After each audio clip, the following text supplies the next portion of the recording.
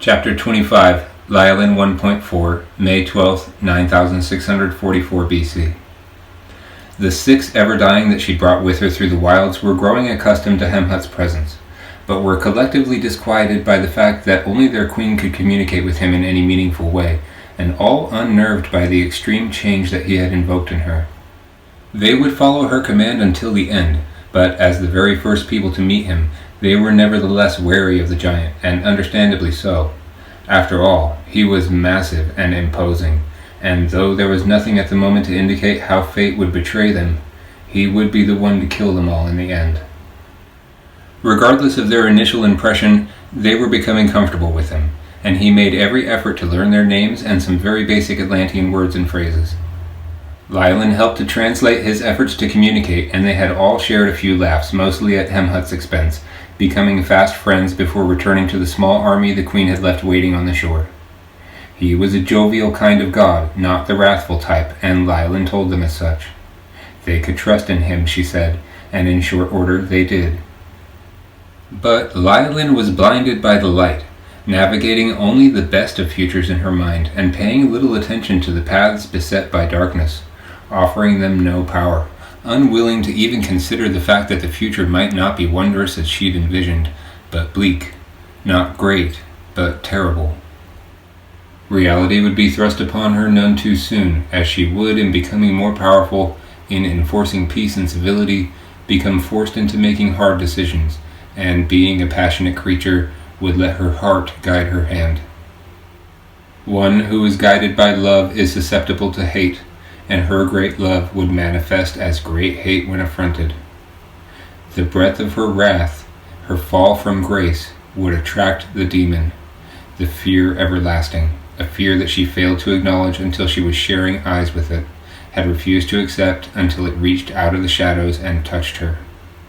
Lyelin, even when she went by Sapretta before her transformation, had never known fear, but that would soon be remedied.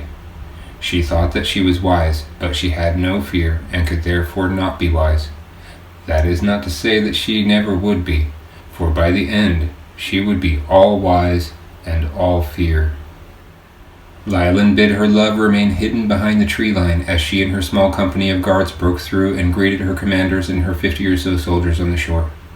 Some of them commented to one another under their breaths regarding how she looked different, looked youthful and contented, a steep departure from the killer queen of their yesterday.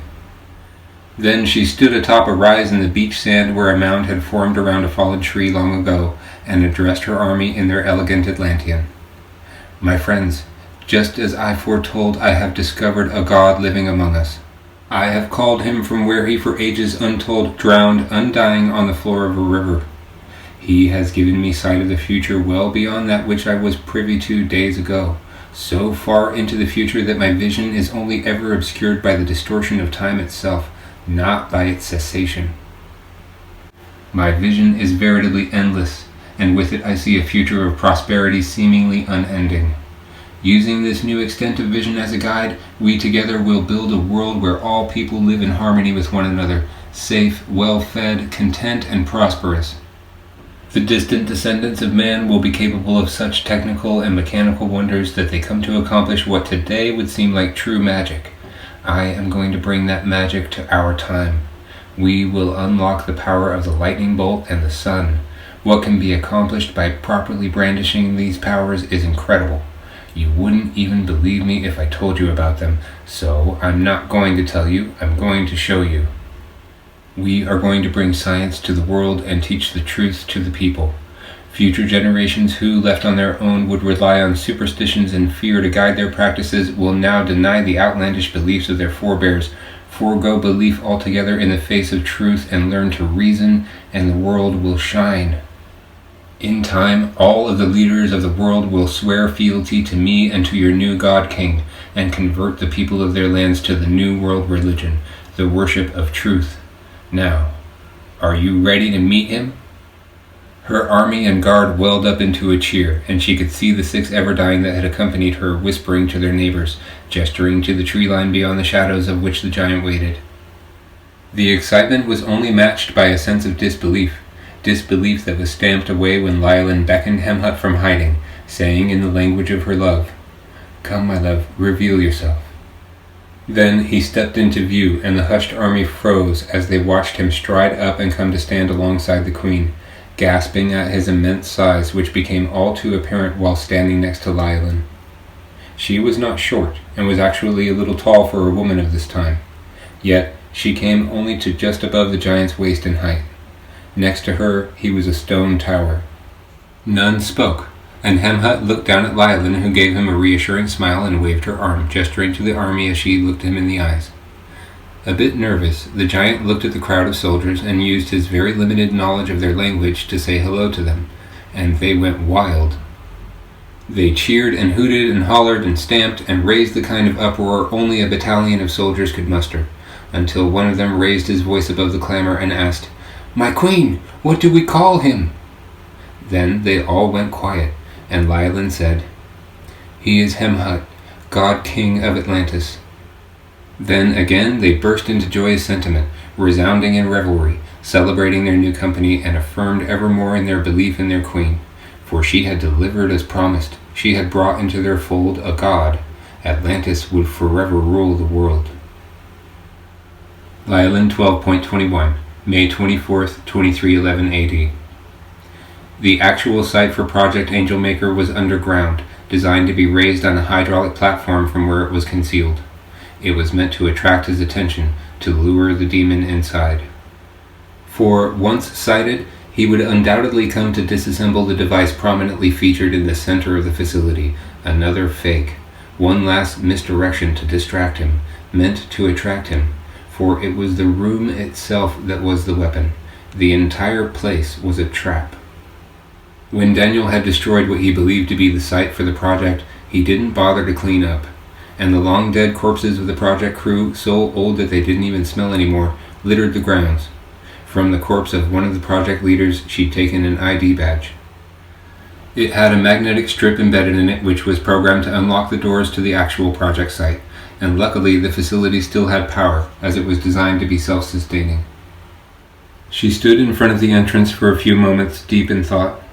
She knew that she would never leave the building, the entrance to which stood in front of her, that once she went in, she would never be coming out.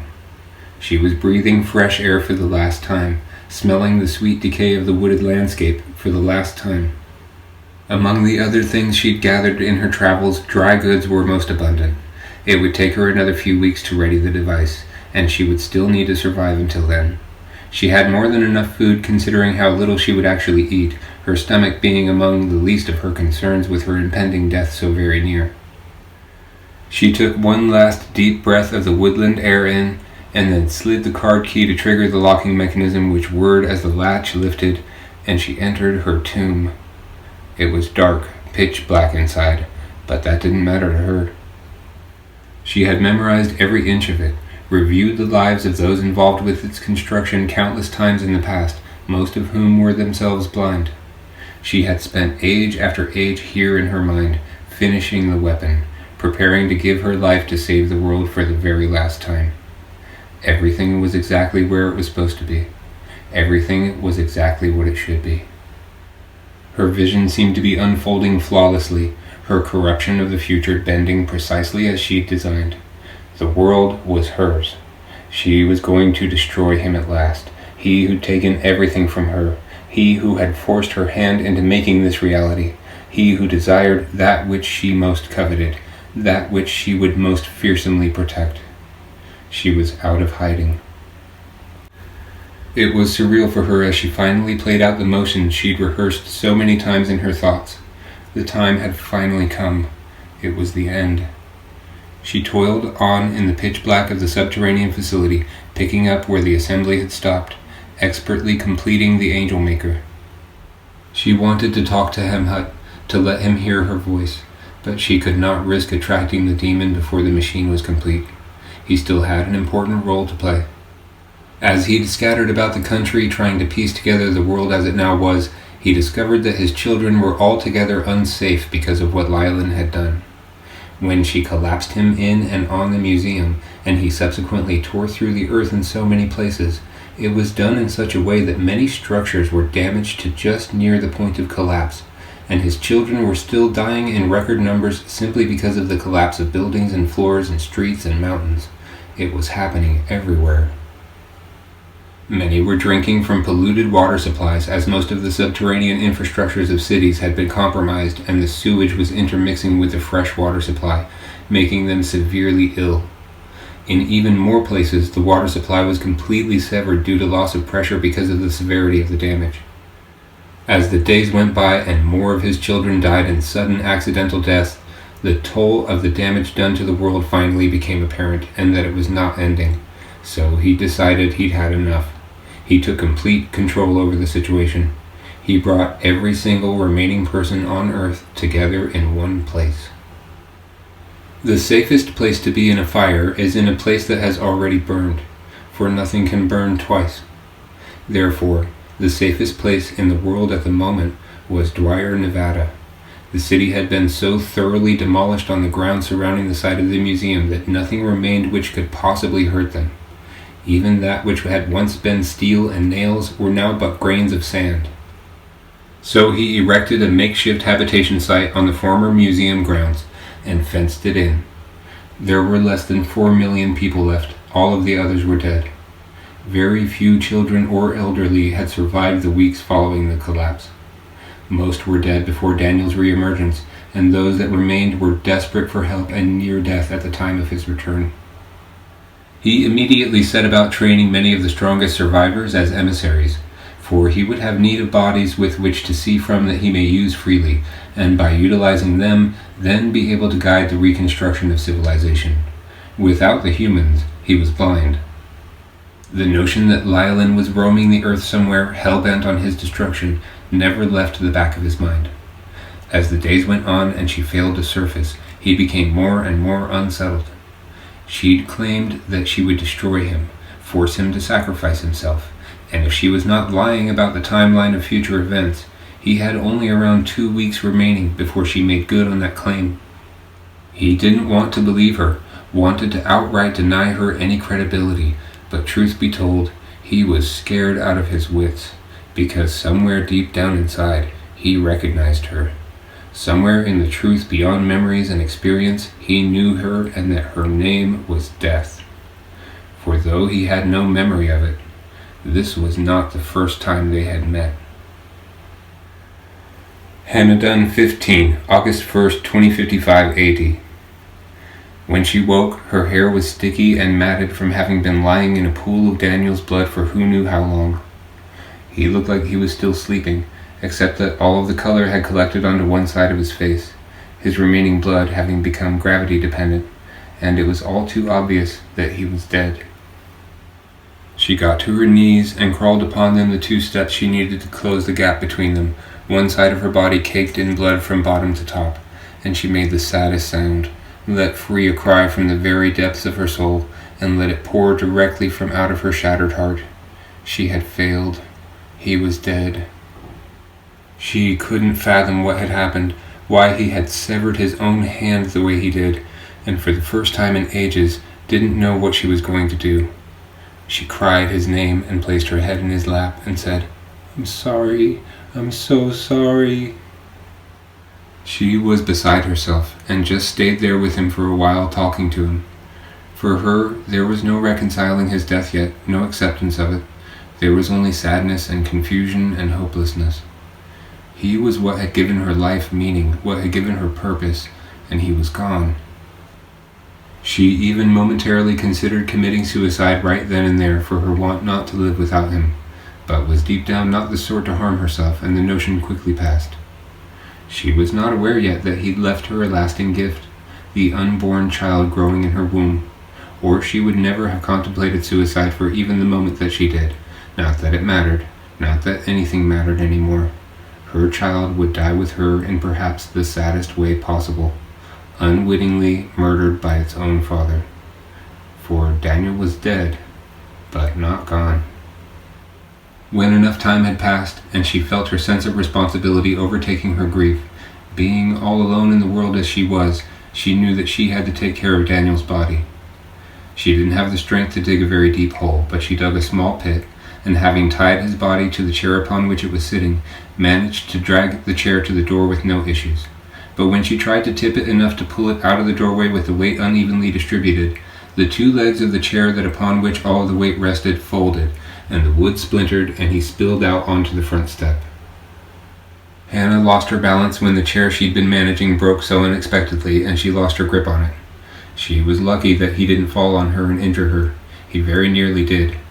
If she'd been positioned differently, she could have very easily suffered her own mortal wound then, but fortunately, fate still smiled on her in some small ways, at least for a while, at least until it would no longer.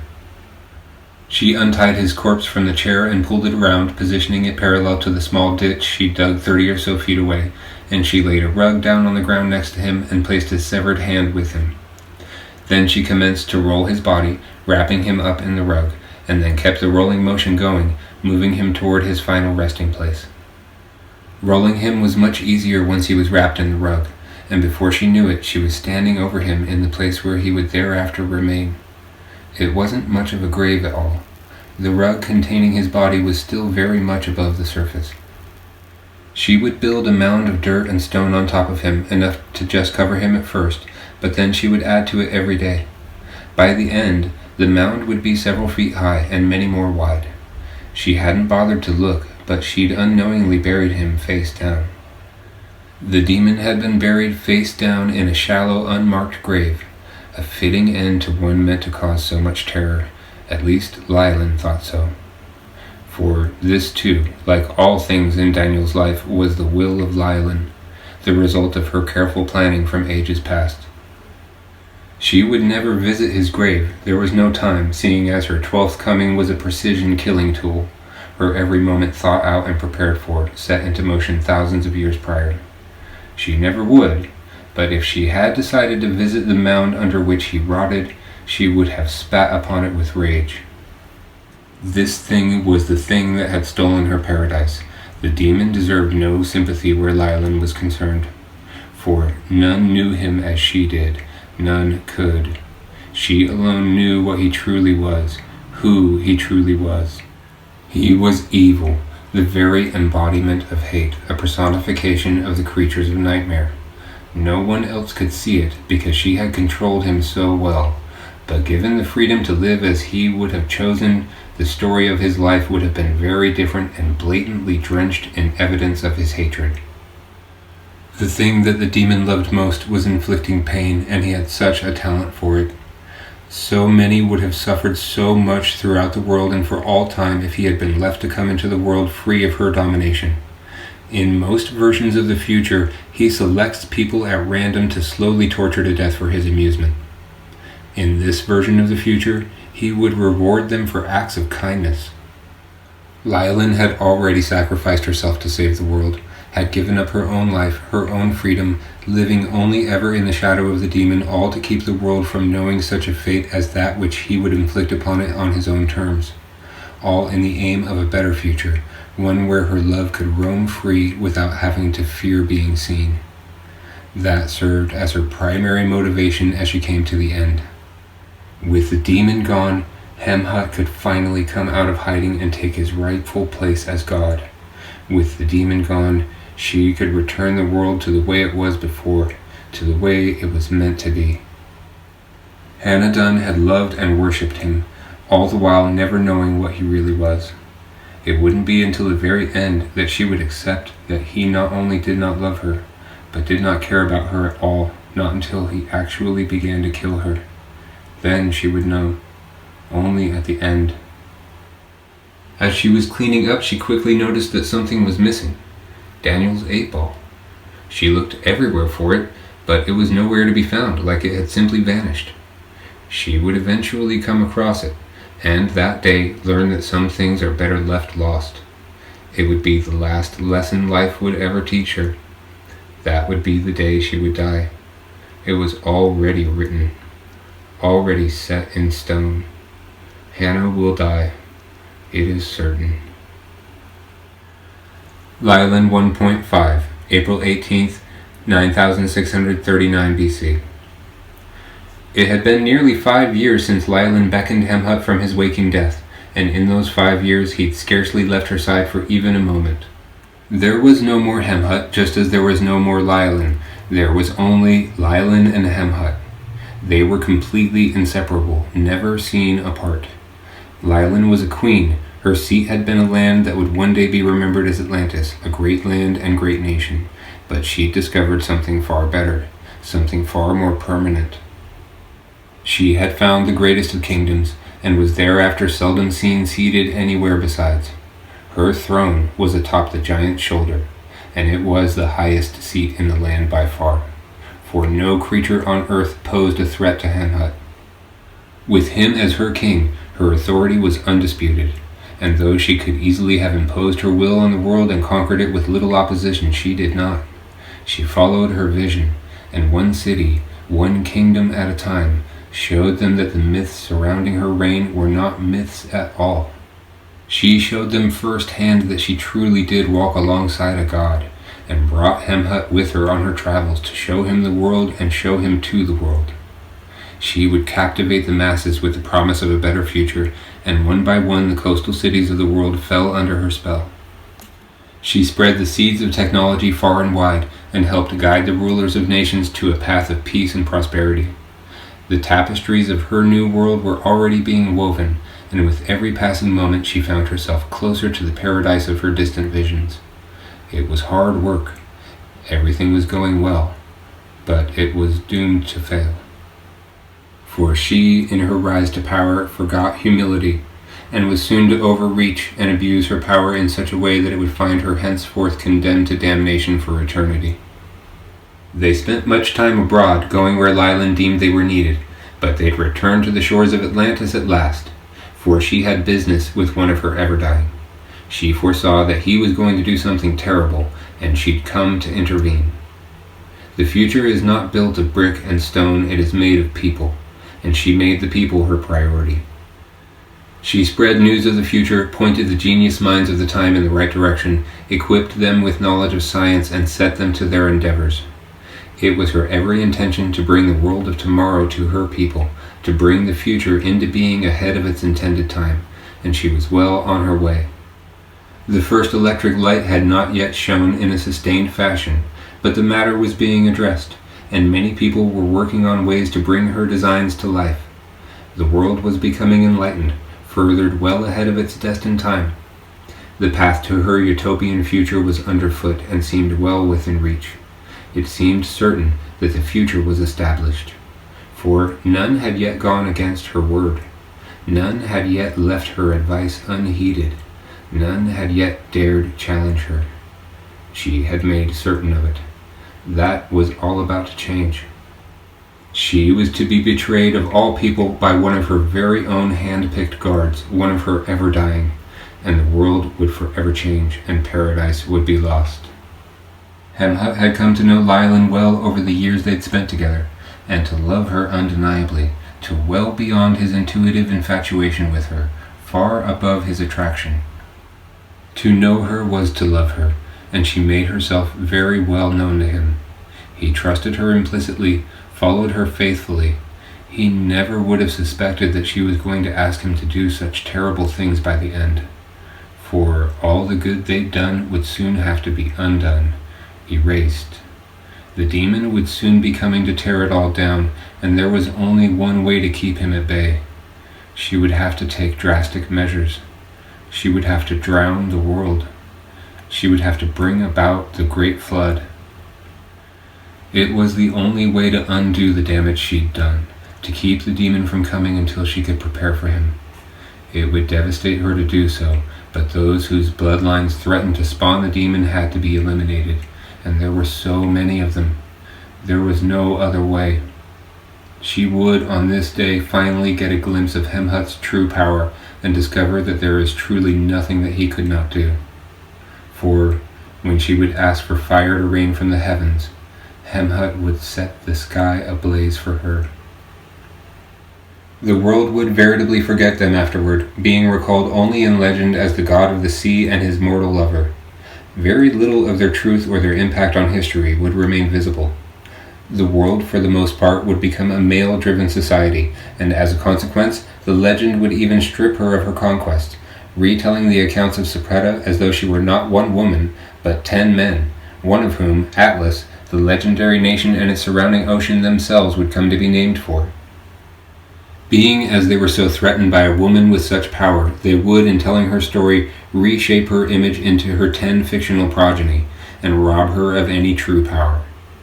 This would not wound her pride, but bolster it, for history would remember that she had done the work of 10 men, though one woman she was. It was flattering to know that future historians would presume that it took the efforts of many kings to accomplish what she had done on her own, 10 men to do the work of one woman. Eventually, knowledge of the existence of Atlantis would be all but lost, passed from history to legend to myth. Most historians of the far future would discount its truth entirely, claiming that Plato, the Greek philosopher who very nearly lifted the veil on Lyelin's lost world, did not truthfully recount any actual dialogue he'd overheard, but that he'd made it all up, that there was never such a place.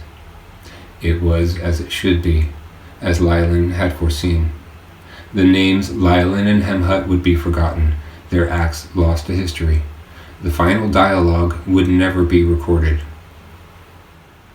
When Lyelin and Hemhut appeared and stepped off of the boat, the gathering of Atlanteans cheered, welcoming home their beloved king and queen with boisterous resounding.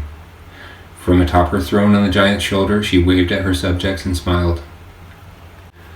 Many of the ever-dying who had not been in her company during this last expedition were standing in formation at the dock, providing crowd control, assembled for their queen. She no longer needed protection. The presence of the giant was enough of a deterrent to give pause to any who may bear her ill will, and none threatened her or challenged her. None would dare. She was walking in lockstep with destiny, and as she'd foreseen, she was well on her way to becoming supreme leader over all of the earth. The world was from then on to ever only have one king and one queen. The world would stand ready to receive the 11 forthcoming incarnations of Lyelin as they come, and they would be crowned queen without question, her final iteration destined to be the eternal monarch who would rule forever after. Today, that dream would end. She climbed down and approached her ever-dying, singling one of them out and taking him by the hand. His name was Pelotame. She'd saved his life several times in the heat of battles past, and he, like the rest of her guard, was undoubtedly unwaveringly devoted to his queen, willing to sacrifice his own life in place of hers if need be without hesitation. Why then he would defy her, she could not fathom. Why he would do specifically that which she would warn him against, she could not understand. As she led him away from the formation of the guard, she said, "I am here for you, Pelotame. The future is in your hands right now." The witnesses cheered. What a joyous occasion! Not only had their queen and king returned, but they'd done so with purpose, done so because one of their own citizens was to play a pivotal role in the history of the future. Lyelin waited until she had him with her in private to tell him what part he had to play in the coming events, and he was surprised by how simple her instructions were. She said simply, once alone with him in her chambers, so as not to embarrass him, "Your task is simple. Today you are to kill no one. You will be tempted later this evening to commit murder, and I am warning you now so that you will know when the time comes that you are to stay your hand. You want to know what the consequence for disobedience would be, but you needn't know because you are not going to betray me. Everdying, can you control yourself now that you know you will face temptation today, or do I need to keep you on a leash like an animal as I have so often had to do to subdue others?" "It shall be as you will, as always, my queen," he said, confident in his resolve to adhere to his oath. "I would never betray you." She looked into the future, lost in thought, looked again at him and said, "You are certain?" He nodded. "Most certain, my queen." "Very well," she said, after another skeptical pause. "Then you may go." She should have trusted her intuition, for it was far more trustworthy than the animal, the human she had given her trust to in its stead. She should have kept him prisoner, and not trust that he could control his anger. He walked out of the room, the first step on his ill-fated path, fully believing that he could do as she asked as they parted. It would be easy, he thought. He would just go directly home and wait out the day after his duties were done. That way he could avoid any potential conflict that might result in the bloodshed foretold by his queen. He hadn't planned on doing anything besides anyhow. He couldn't fathom how he could fail her. All he had to do was not commit murder. He'd never before been set to such an easy task by his commander, the queen. When she'd pulled him into her chambers to speak to him alone and indicated that they together were going to be responsible for great change, he expected to emerge having been given some glorious quest or charged with some great purpose. The last thing he expected was to be told to sit on his hands for the day, that all he had to do to help his queen build the future of her desire was nothing at all. His young wife would be happy to see him, or so he thought. He so often visited with friends before coming home, she would be glad to see him home promptly. It had been his intention anyway, as his stomach was a little queasy that day, to go directly home. He couldn't think of anything that he needed to do differently to avoid the temptation she'd spoken of, and he shrugged it off, confident as he finished out his day that he would be able to follow the word of his queen. But in the end, he would not be. In the end, he was only human. Hannah Dunn 16, December 25th, 2055 AD.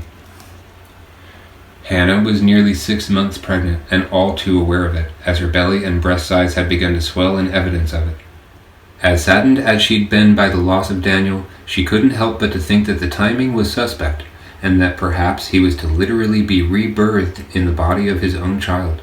She thought that maybe the child growing in her womb was the reincarnation of the Spirit, his second coming. She intended to name it Adam if it was a boy, or Eve if it was a girl, seeing as it was to be the first of its kind, a direct descendant of the communion of God and man. And though she was not religious, she felt the name would be fitting, especially once they were discovered by the world. She hoped against hope that the child would have some semblance of his or her father's abilities, that in birthing and raising the child she would be bestowing upon the world the next iteration of its Savior. She was not the least bit concerned that she would not live long enough to wean it to maturity. She was old, but in excellent health. She saw only a bright future for herself and her unborn child. She added to the mound of rocks atop Daniel's grave every day, but it would grow no higher and spread no further. That morning it had seen the addition of its last stone. Hannah would not be there the next morning to add any more to the pyramidal memorial. She would be dead. It was Christmas Day, and Hannah loved Christmas. There were 2 fireplaces built into the cottage, and it was bitterly cold that evening, so she had them both ablaze in an effort to keep warm.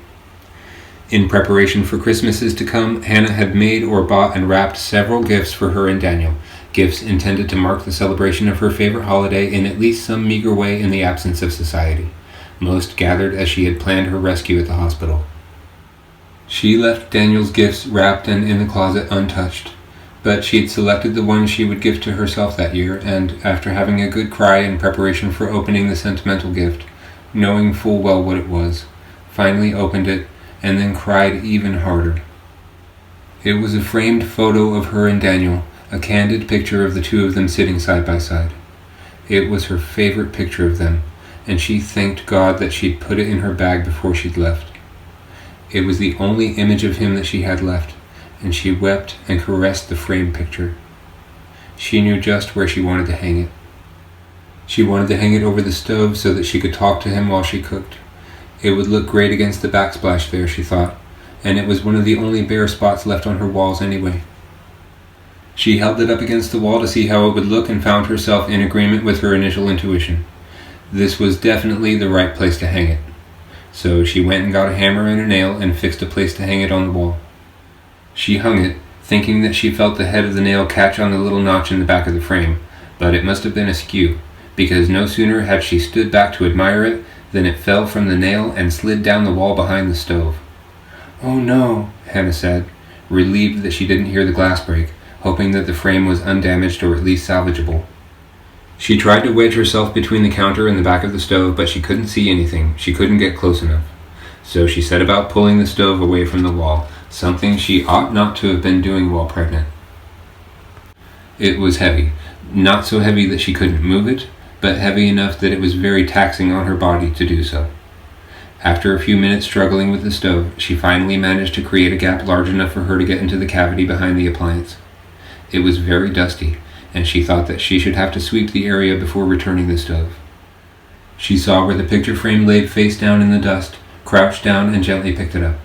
She blew the dust off of it, inspecting it for damage.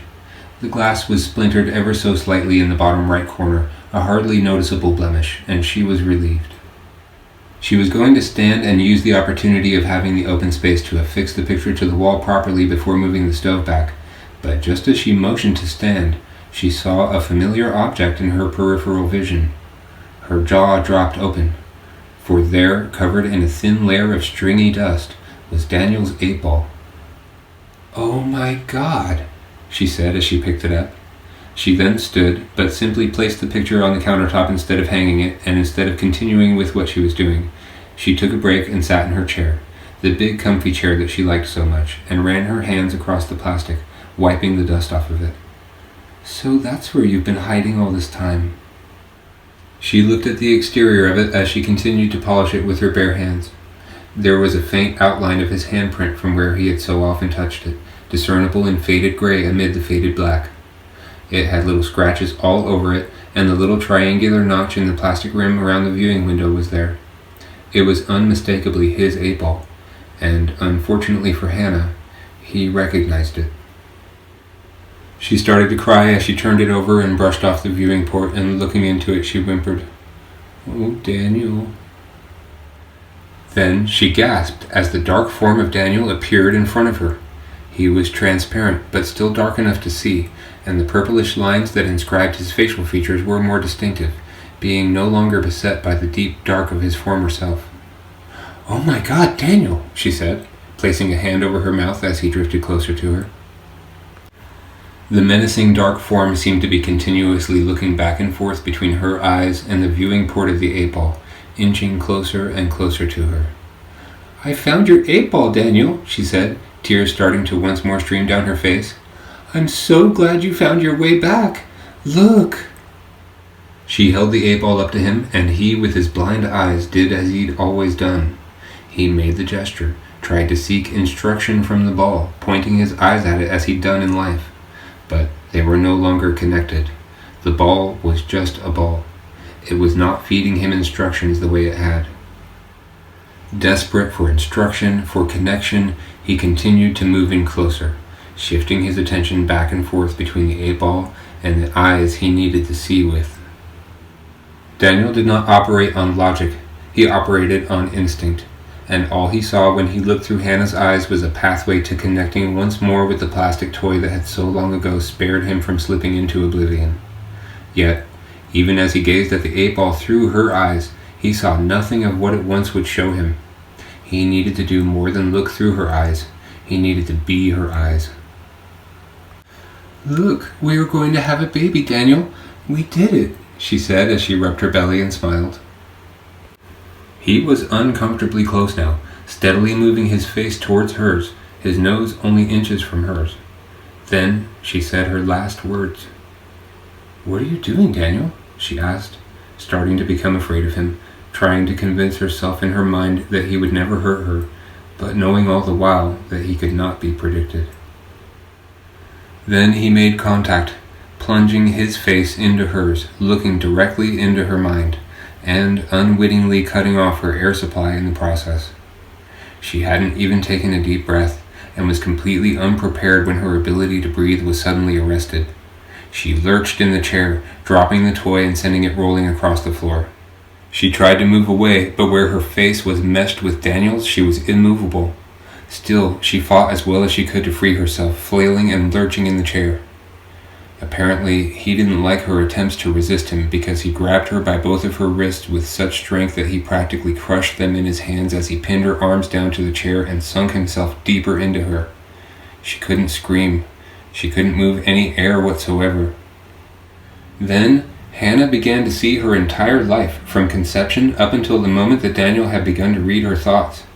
It was the very first blessing, and Daniel gleaned from it his very identity. By the time he had lived her whole life and suddenly realized that she was so near death, in an attempt to save her, he rapidly pulled away from her, But this spelled certain doom for poor Hannah, already miserably on the verge of death from having been suffocated. As he forcibly removed himself from the merger, it scrambled her brains, and any chance she would have had for recovery was lost then and there.